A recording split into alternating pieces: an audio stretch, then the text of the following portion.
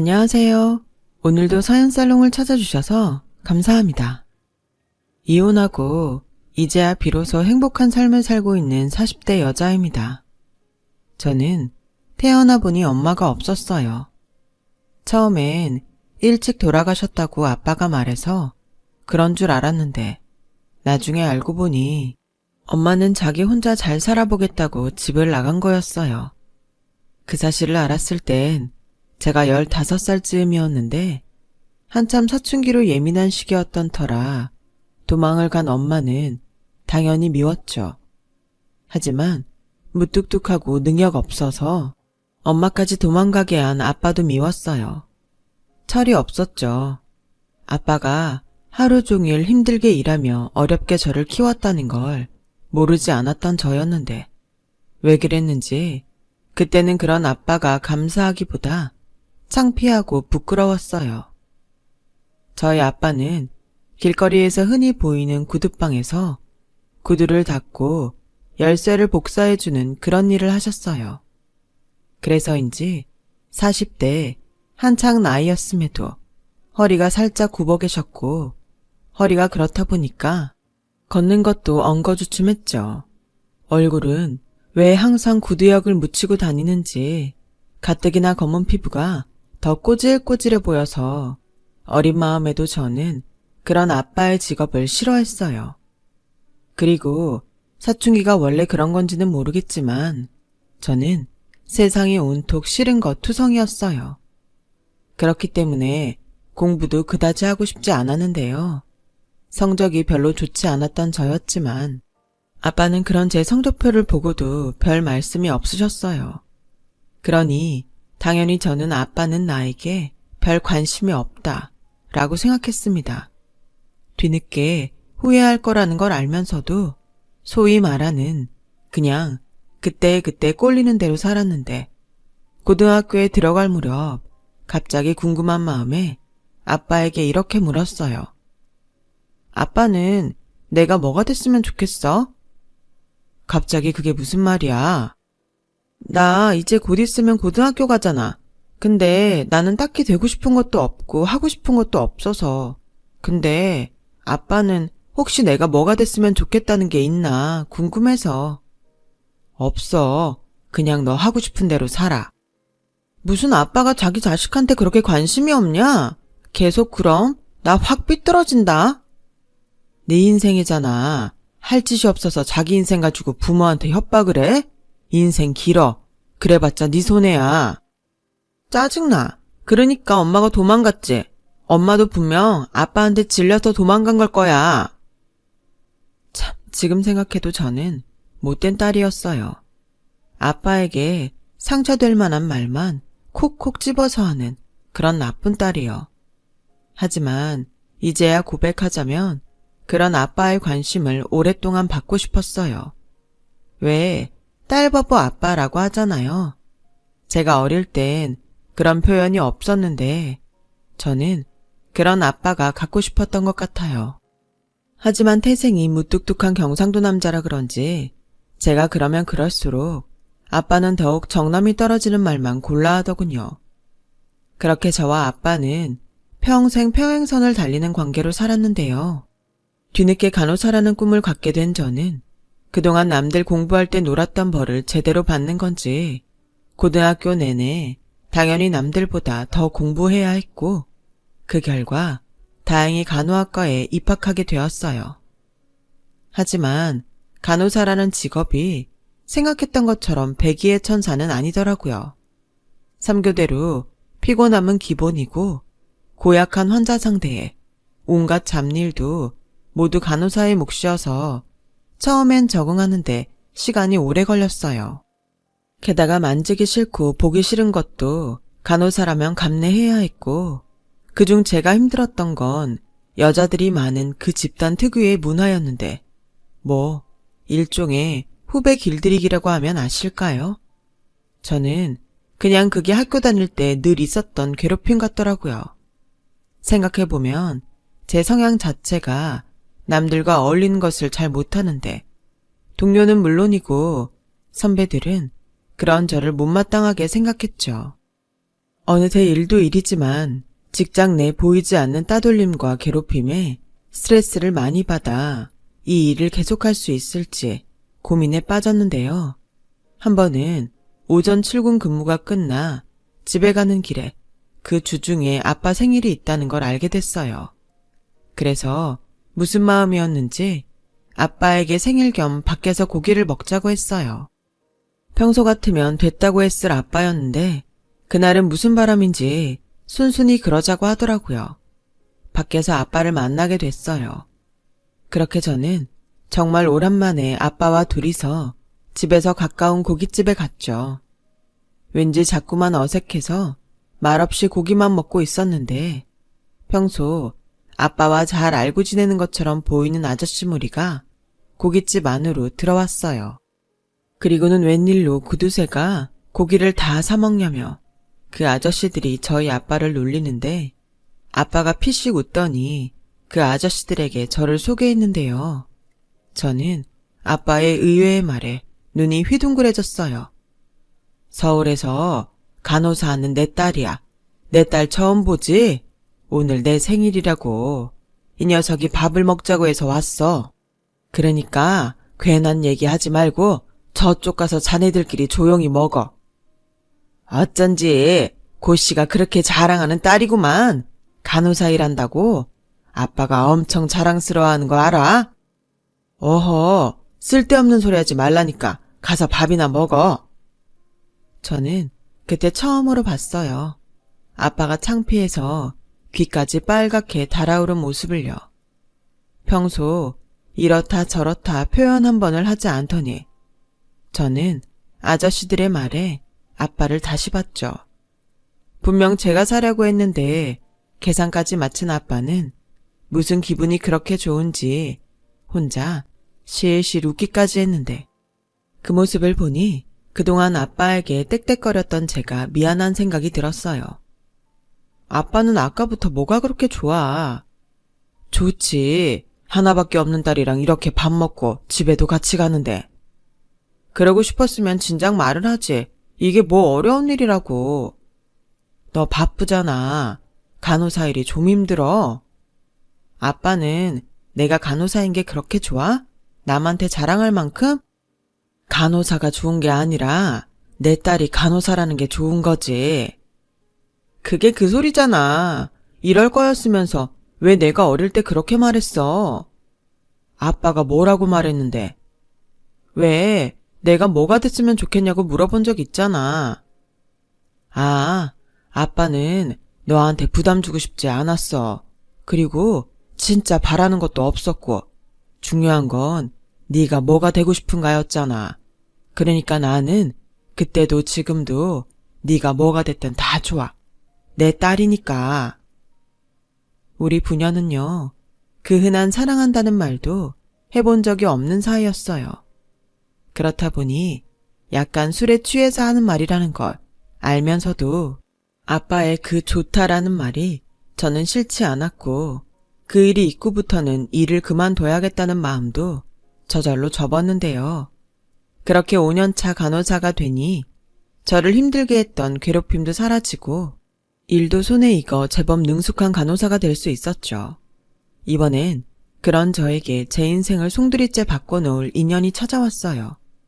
물론 그때는 여느 이혼한 부부들이 그러하겠지만 악연인 줄도 모르고 콩깍지가 단단히 씌었고 훗날 저의 남편이 될 그 사람과 저는 환자와 간호사로 만나 연애를 하면서 결혼까지 약속하게 된 연인이 되었어요. 남편은 저를 보고 첫눈에 반했다고 했어요. 그리고 성격도 서글서글했는데 무뚝뚝한 저희 아빠와는 다르게 유머 감각도 좋고 말도 잘하는 남편에게 저는 푹 빠지게 되었는데요. 제가 너무 남편을 좋아한 탓인지 결혼도 하기 전에 아이가 먼저 생겼어요. 지금이야 이 아이 없었으면 제가 어떻게 사나 싶지만 그때는 병원에도 그렇고 양가에 임신 사실을 알려야 한다는 것이 그저 막막하기만 하더라고요. 남편이 먼저 이렇게 말했어요. 우리 어차피 결혼할 사이잖아. 순서가 좀 바뀌긴 했지만 나는 상관없다고 생각해. 우리 이렇게 된 거 하루라도 빨리 결혼하자.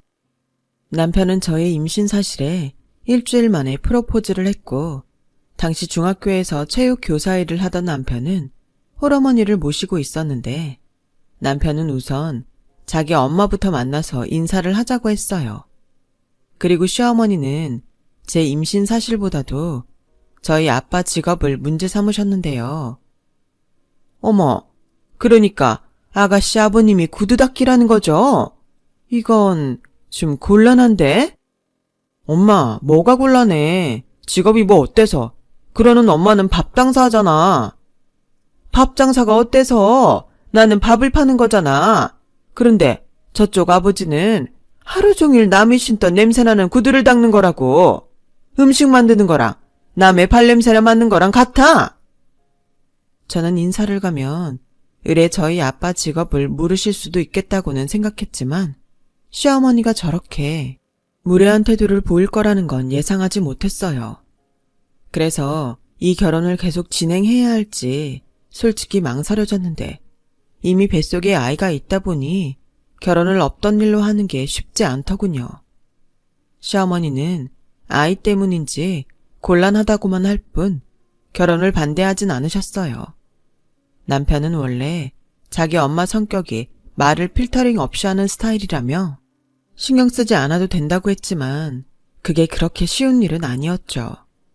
지금 생각하면 그때라도 그 결혼을 멈추는 것이 맞았는데 그때까지는 남편을 너무 사랑했고 또 아이를 낳아 행복하게 해주고 싶다는 생각에 저는 결혼을 감행했는데요. 그래도 내심 꺼림칙한 기분은 어쩔 수 없어 한숨이 쉬는 날이 많았고 어느 날 저희 임신 사실을 알고 결혼이 진행되고 있는데도 저의 고민하는 모습 때문인지 여태 아무 소리 없던 아빠는 다짜고짜 이렇게 말씀하셨어요. 너 이 결혼 그만둬라. 애도 낳지 마. 저는 갑자기 하는 아빠의 그 말에 당황하고 또 무슨 이유인지 화가 치밀어 올랐는데 시어머니보다는 아빠가 만만했는지 그만 참고 있던 화를 내버렸죠. 아빠, 지금 그게 사람이 할 소리야? 물론 내가 결혼도 하기 전에 임신부터 한 건 잘못인데 그래도 아빠가 그렇게 말하면 안 되지. 애는 죄가 없잖아. 그럼 첫 단추부터 삐걱거리는 그런 결혼을 너는 하고 싶어?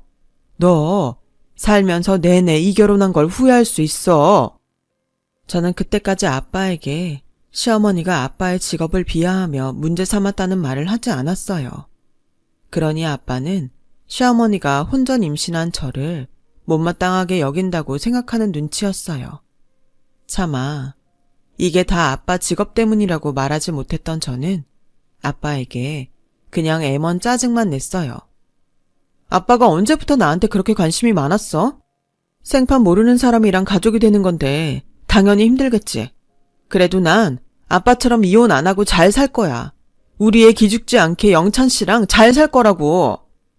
넌 꼭 말을 그렇게 해야겠냐? 나라고 이혼하고 싶어서 한 줄 알아? 나도 너 기죽지 않게 잘 키우고 싶었어. 그럼 그런 일 안 했으면 좋았잖아. 남들한테 굽실거리면서 남이 신던 구두나 닦고 밤새 열쇠 전화 올까봐 잠도 제대로 못 자고 그래서 번 돈이 얼마야. 우리 사는 걸 봐. 어느 집에서 이렇게 구질구질하게 사는 날 좋아하겠냐고. 아빠는 순간 저의 모진 말에 상처를 받았는지 입을 꾹 닫으셨어요. 그때는 정말 몰랐어요. 돈이 없어 이사를 가지 못한다고 내내 생각했거든요. 하지만 아빠는 혹시라도 엄마가 돌아올까봐 떠나지 못한 거였는데 어른이 된 저는 그때도 아빠의 그 깊은 속을 알지 못했어요. 그렇게 저는 아빠에게 상처만 남기고 결혼 준비를 시작했어요. 아빠는 그런 저에게 5천만 원이 든 통장을 건네셨고 이 돈으로 혼수도 하고 출산 준비도 하라고 하시더군요. 왜 그랬는지 모르겠지만 한심하게도 아빠에게 죄송하다고 고맙다는 말을 하지 못했어요. 정말 많이 미안했는데 그 말이 차마 떨어지지 않더라고요.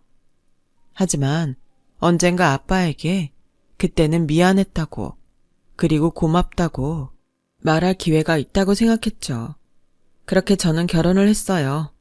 비록 저희 신혼집은 월세였지만 아빠가 준 돈이 있어 작은 아파트에서 시작할 수 있었고, 시어머니는 그래도 저희 아빠가 염치는 있다며 또 볼멘 소리를 하셨는데, 그때까지는 제법 저의 눈치를 보시긴 했어요.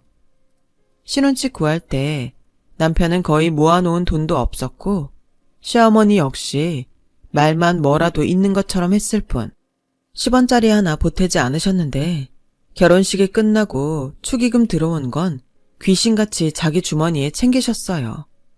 저는 그 사실을 알고 저희 아빠에게 축의금 들어온 거 모두 가져도 된다고 말을 했는데, 남편의 입에서 정말 의외의 말이 나오더군요. 축의금 들어온 거 전부 아버님한테 드리려고? 왜?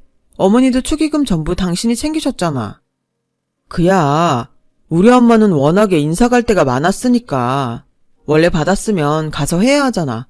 근데 아버님은 직장 생활을 하는 것도 아니고 그렇게 다 주면 우리 뭐가 남아? 뭐가 남아야 해? 우리 지금 장사하니? 그리고 말이 좀 그렇다.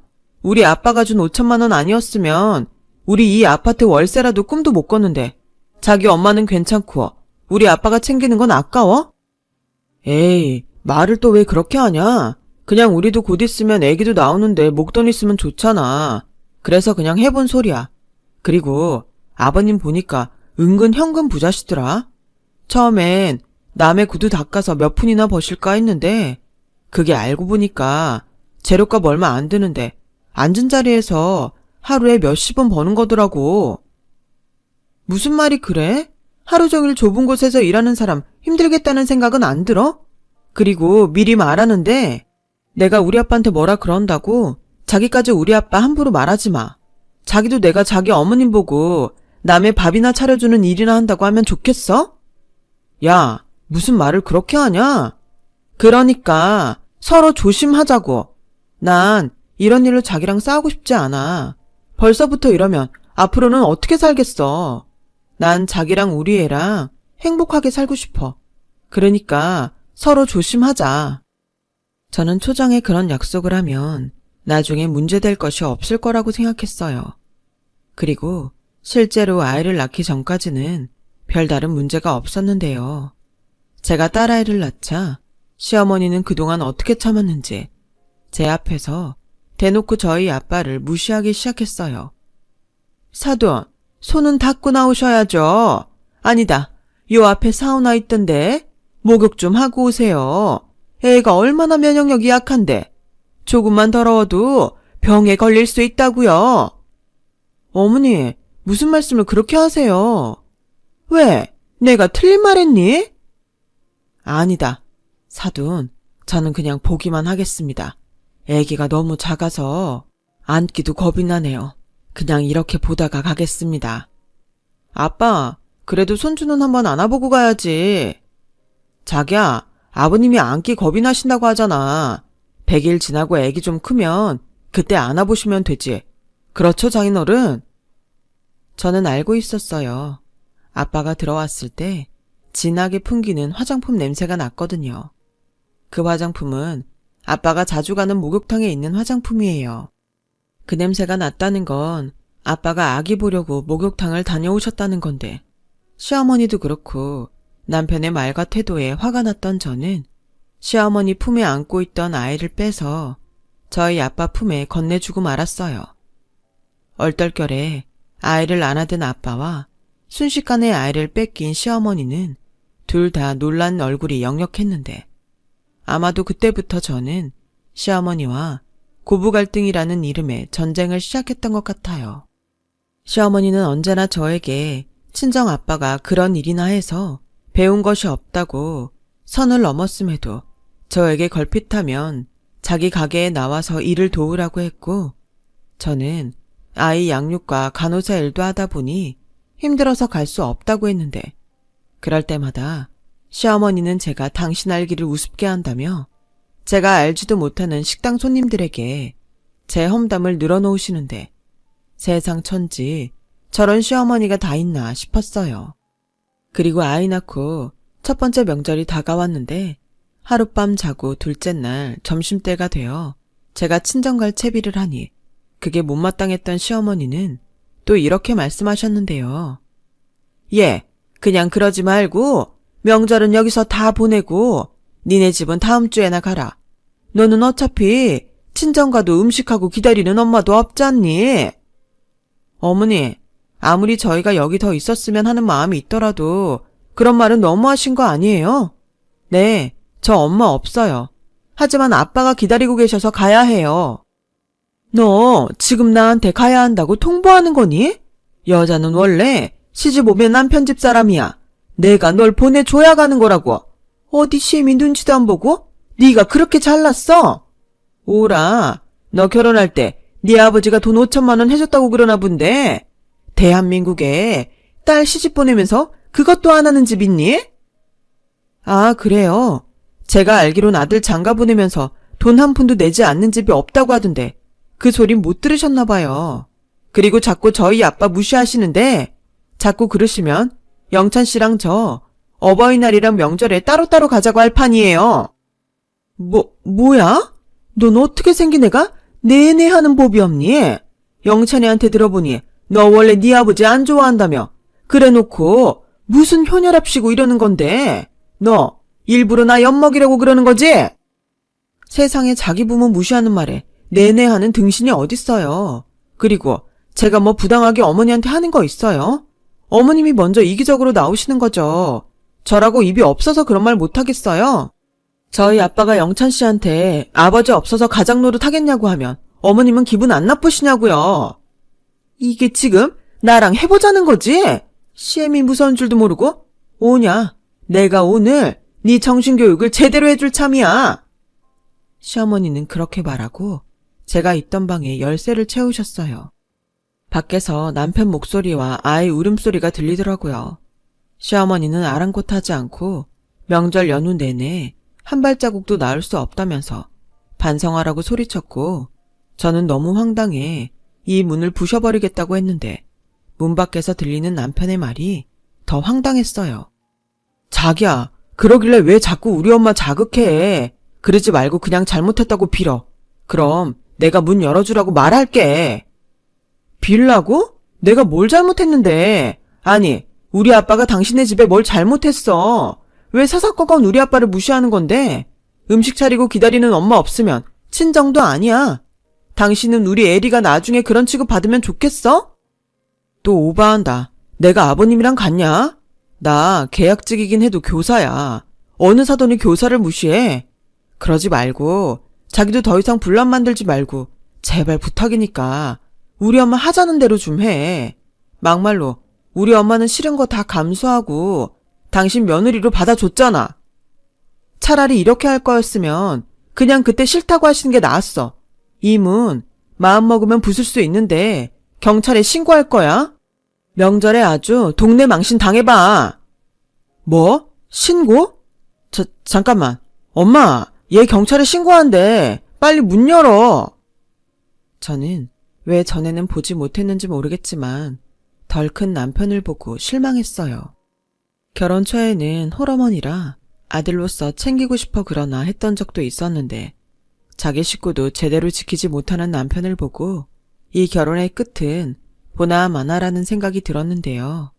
제 마음속에 딱 하나, 내 딸이 이혼 가정 아이로 살아야 한다는 것에 고민이 됐어요. 요즘 세상에 이혼이 무슨 흠이라도 되냐고 말씀하실 수도 있겠지만 저는 제 어릴 때 기억이 있어서 그런지 남들과 내가 다르다는 거에 주눅이 들 딸이 마음에 걸렸죠. 그래서 어차피 가도 제 속마음을 모두 말할 수 없겠지만 딸아이만 데리고 친정에 갔고 서툰 솜씨나마 음식을 차려놓고 저를 기다린 아빠를 봤어요. 남편 없이 혼자 아이만 데리고 나타난 저를 보고 아빠는 내심 걱정이 되는 얼굴이었지만 끝내 묻지 않으셨어요. 그래서 제가 먼저 말을 하기 시작했죠. 오래전부터 하고 싶었던 그 말을 꺼내게 됐는데요. 아빠, 전에 내가 아빠랑 다르게 이혼하지 않고 잘 살 거라고 큰소리 쳤잖아. 그거 미안해. 왜 갑자기 안 하던 사과를 다 해? 너 무슨 일 있냐? 정서방도 안 오고. 무슨 일이 있으니까 이렇게 애만 데리고 왔지. 결혼 생활이 쉽지 않지. 아빠가 잘나지 못해서 미안해. 아빠가 왜 뜬금없이. 네가 말은 안 해도 아빠 다 알아. 어릴 때부터 너 아빠 창피해했잖아.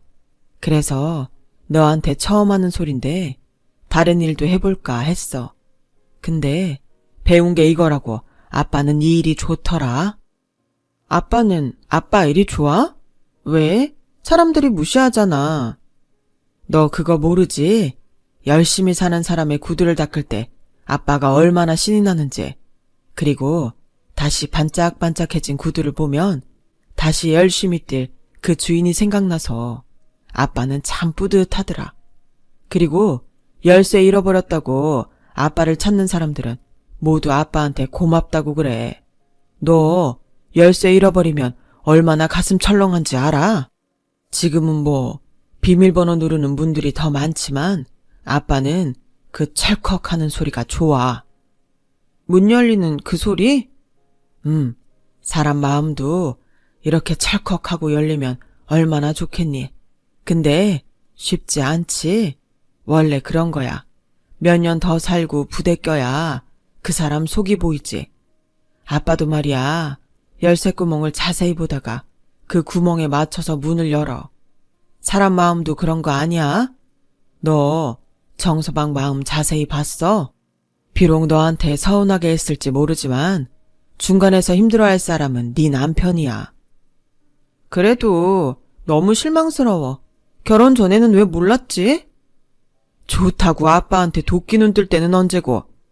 그러지 말고 잘 맞춰봐. 너 내 딸이지만 어려워. 뭐? 그날 저는 참 오랜만에 아빠와 술잔을 기울이며 많은 이야기를 나눴어요. 그리고 세상 사람들 모두가 아빠를 하찮은 일을 하는 사람이라고 생각할지 모르겠지만 정작 아빠가 그 일을 참 좋아한다는 걸 알게 됐는데요. 그 순간 그런 아빠를 부끄러워했던 어린 날의 제 모습이 미안하게만 느껴졌어요. 그래서 앞으로는 아빠와 이런 좋은 시간을 많이 갖고 아빠의 마음을 헤아릴 수 있는 딸이 되고 싶다고 생각했는데 시간은 그런 저의 마음을 모르는지 애석하게도 저에게서 저희 아빠를 뺏어갔어요. 지금 생각해도 마음이 너무 아픈 일인데 아빠는 그렇게 저와 명절을 보내고 일주일 뒤에 새벽에 열쇠를 잃어버렸다는 전화에 여느 때처럼 문을 열어주러 나갔고 아빠의 오토바이를 음주운전 차량이 치는 사고가 발생해 허망하게 아빠는 세상을 떠나고 말았어요. 당연히 예상하지 못한 아빠의 사고였기에 경찰서에서 연락을 받은 저는 그 자리에서 기절을 했고 저 대신 남편이 아빠의 장례 절차를 진행했는데요. 전에 명절일로 사이가 좋지 않았던 남편과 저였지만 그 순간만큼은 남편이 있어 고맙고 다행이라는 생각이 들었어요. 그런데 제가 아빠의 빈소를 지키며 밥도 먹지 못하고 잠도 자지 못하며 힘든 시간을 보내고 있는데 발인이 있기 하루 전 저녁 다 늦게 그제야 장사가 끝났다며 장례식장을 찾아온 시어머니는 저를 안쓰러워하기보다는 혀를 끌끌 차며 인상을 찌푸리셨는데요. 저희 시어머니는 빈손으로 오셨어요. 그리고는 미안한 기색도 하나 없이 그렇게 말씀하셨는데요. 저는 그 말을 똑똑히 기억해요. 니네 아버지도 참 팍복하다. 어째 그렇게 허망하게 가니? 아휴, 그래도 네 입장에선 잘 된 거야. 병이라도 걸려서 죽었어 봐. 병수발에 병원비에 신경 쓸 일이 어디 한두 가지니? 마지막엔 그래도 자식 덜 고생시키고 하셨으니 감사하다고 생각해라. 그리고 나는 가족이니까 봉투는 따로 안 하마. 대신 오늘 밤엔 여기 일 내가 도울게. 육개장은 맛이 있니? 장례식은 뭐니 해도 육개장인데 내가 맛을 한번 봐야겠다. 저는 저의 아버지 영정사진 앞에서 뻔뻔하게 그렇게 말하는 시어머니를 정말 경멸하듯 쳐다봤어요. 하지만 시어머니는 그런 제 시선조차 의식하지 않으며 육개장을 먹겠다고 나갔고 손님이 뜸할 시간이었는데 일을 돕겠다는 시어머니는 남편과 소주를 마시며 하하호호 수다만 떨더군요. 그러다가 무슨 얘기를 소곤소곤 하더니 남편이 말리는데도 저를 향해 어색하게 웃으며 다가왔어요. 그리고는 예, 아가, 내가 방금 사돈 사망보험금 얘기를 들었는데 보험금이 15억이 맞니? 어머 세상에, 어떻게 네 아버지는 그런 보험을 들 생각을 하셨을까? 은근 통이 크시다니까. 내 전에 너한테 5천 줄 때도 알아봤지 않니? 어머니, 지금 그 말을 꼭 여기서 지금 하셔야겠어요? 저희 아빠 아직 여기 계세요. 그리고 저희 아빠 보험금 어머니랑 상관없으니 욕심내지 마시고요. 예, 넌 무슨 애가 말을 그렇게 서운하게 하냐? 이제 너한테 누가 있어? 집 나간 니네 엄마가 돌아와서 나 너 같자고 하기 전에 우리 그 돈으로 한강 보이는 아파트 사자. 나 예전부터 한강 보이는 아파트 사는 게 꿈이었다. 내가 네 아버지 몫까지 너한테 잘해줄게. 이젠 내가 네 엄마라고 생각해라. 엄마는 무슨. 저는 돈 앞에 얼굴색을 바꾸며 한강 보이는 아파트 타령하는 시어머니를 그냥 봐줄 순 없었어요.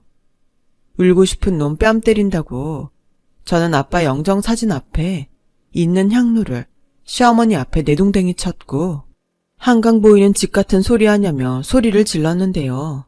순간 제가 이성을 잃었다고 생각해서 무서웠는지 잿가루를 얼굴에 뒤집어 쓴 시어머니는 화들짝 놀라서는 도망치듯 빈소를 나가셨어요.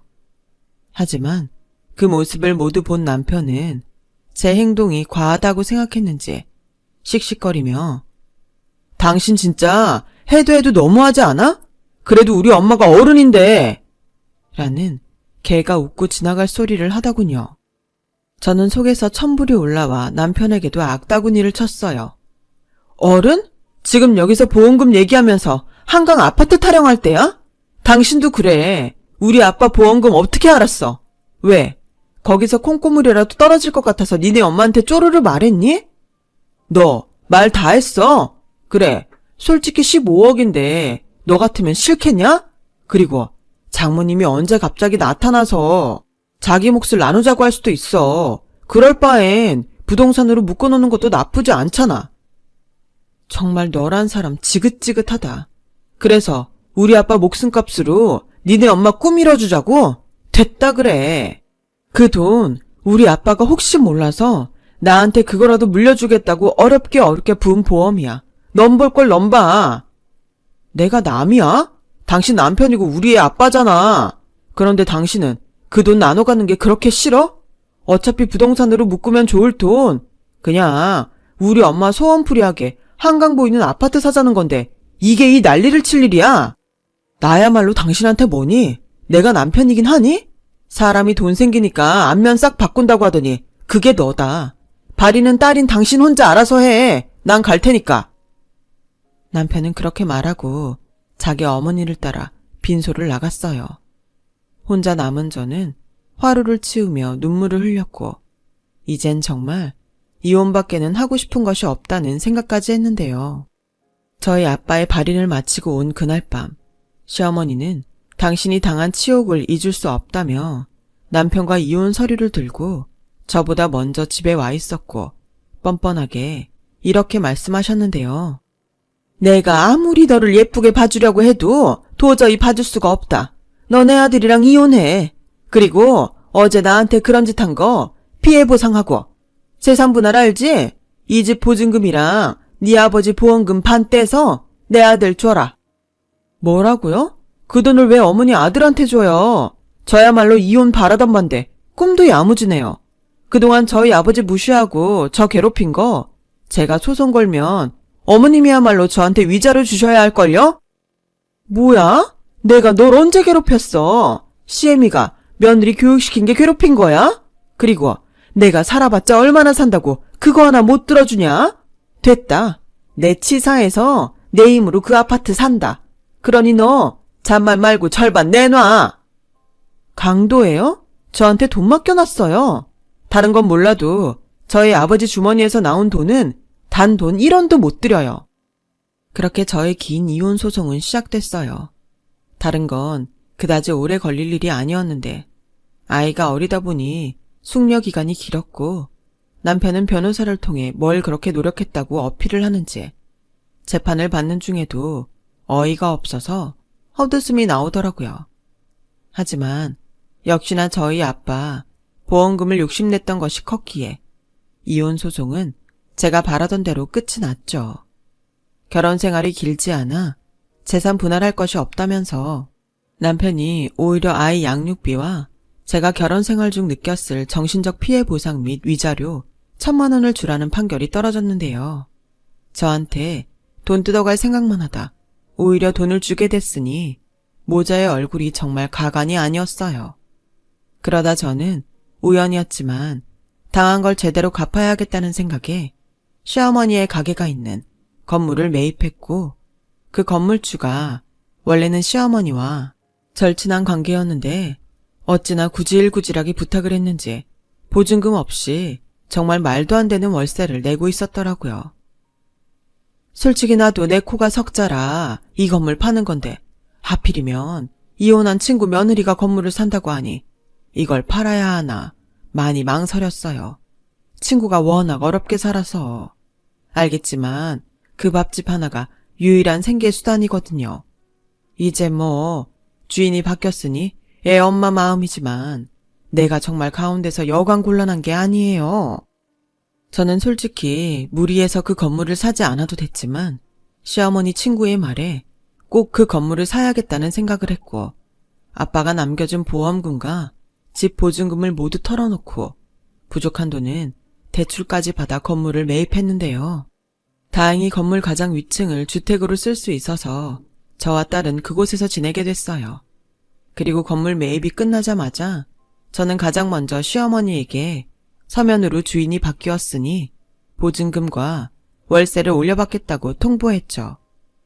바뀐 주인이 저라는 걸 알 리 없던 시어머니는 발등에 불 떨어진 모습으로 커다란 과일 바구니를 든 채 상가 꼭대기에 사는 저를 찾아왔는데요. 그 바뀐 주인이 저라는 걸 안 시어머니는 당신 손으로 그 과일 바구니를 내팽개치며 고래고래 소리를 치셨어요. 뭐야, 바뀐 주인이 너였어? 이것 봐라. 넌 이 아버지가 남긴 돈으로 건물 샀냐? 결국 저 혼자 그 돈 다 먹고 싶어서 이혼했던 거네. 그래놓고 나한테 돈을 달라고? 미쳤니? 내가 왜? 나 절대 못 줘. 말은 바로 하세요. 이혼은 먼저 그쪽이 하자고 했잖아요. 그리고 못 주신다면 저는 법으로 하면 돼요. 세상 천지에 이런 식으로 장사하는 법이 어딨어요? 얼마나 구질구질하게 애원을 했으면 변변한 계약서 한 장이 없냐고요. 다음 달까지 거기 적힌 보증금이랑 월세 입금하시든지 가게 빼든지 하세요. 못 준다고 버티실 생각이면 저도 가만히 있진 않을 테니 각오 단단히 하시고요. 저는 그렇게 말하고 현관문을 3개 닫아버렸어요. 그리고 약속한 날이 지나도 가게를 빼지 않아 저는 사설 업체를 불러 가게를 철거했고 순식간에 쫓겨난 시어머니는 남편을 데리고 그제야 저에게 미안하다며 싹싹 빌기 시작했는데 들어보니 남편이 보호받을 법이 있을 거라고 자기 어머니한테 큰 소리를 친 게 문제였어요. 네가 버티면 된다며. 그게 우리가 정상적인 계약관계가 아니라서 안 된다는 걸 어떡해. 그러게 엄마야말로 작작했어야지. 여보, 우리 예정을 생각해서 가게는 그냥 하게 해주면 안 될까? 예정? 우리가 언제 그런 게 있었나? 그러게 내가 좋게 얘기할 때 현명하게 생각했어야지. 당신은 가만 보면 참 멍청해. 당신이 아무리 그래도 우리한테는 애리가 있어. 애리 아빠는 나잖아. 그래 아가, 니들이 아무리 이혼을 했어도 애가 있으면 완전히 남남으로 살 수는 없는 거야. 애리가 있는데 우리가 남이니? 내가 너 안 긁을 테니 원래대로 장사만 할 수 있게 해다오. 응? 왜요? 한강 보이는 곳에서 장사하세요. 한강 보이는 천막에서 장사하시면 되겠네요. 뭐야? 시어머니는 또 성질이 올라왔는지 얼굴이 시뻘겋게 달아올랐고 남편은 이번엔 제 눈치를 보느라 그런 자기 엄마를 붙들었는데요. 이렇게 말하면 저도 똑같은 사람이 된다는 걸 알지만 그 모습이 정말 혼자 보기 아까웠네요. 그 후 모자는 결국 제 건물에서 장사를 하지 못하고 다른 곳으로 옮겨갔어요. 하지만 보증금에 월세까지 감당하며 장사할 정도로 장사가 잘 되는 가게는 아니었는지 남편은 걸핏하면 저에게 찾아와 용서해달라고, 그게 어려우면 돈을 빌려달라고 했는데 제가 그때마다 경찰에 신고를 했더니 지금은 어디서 무얼 하는지 나타나지 않더라고요. 그리고 순수한 의도는 아니었지만 건물 임대료가 꽤 괜찮게 나와서 저는 다니던 간호사 일을 그만두고 지금은 아이 키우는 데만 전념하고 있는데요. 한부모 밑에서 큰다는 것이 어떤 건지 잘 아는 저는 더도 말고 덜도 말고 딱 저희 아빠처럼 아이가 원하는 걸 찾아갈 때까지 묵묵히 그 옆을 지켜주고 싶어요. 그리고 살면서 가장 중요한 것, 남의 것을 욕심내지 말고 작은 것에도 감사하는 사람이 될 수 있도록 잘 키우고 싶은데요. 이번 생에는 다시 엮이고 싶지 않은 그 모자도 욕심이 끝내 화를 불러온다는 걸 이번 기회에 꼭 배웠으면 합니다. 욕심이라는 것이 사람을 성장시키기도 하고 망하기도 하는 것 같아요. 이왕 부리는 욕심이라면 모두가 행복할 수 있는 욕심이길 바랍니다. 저의 이야기 들어주셔서 대단히 고맙습니다. 항상 건강하고 행복하세요. 여러분, 사연 댓글에 응원과 현명한 조언 부탁드려요. 좋아요와 구독은 저에게 큰 힘이 됩니다. 오늘도 좋은 일 가득하세요.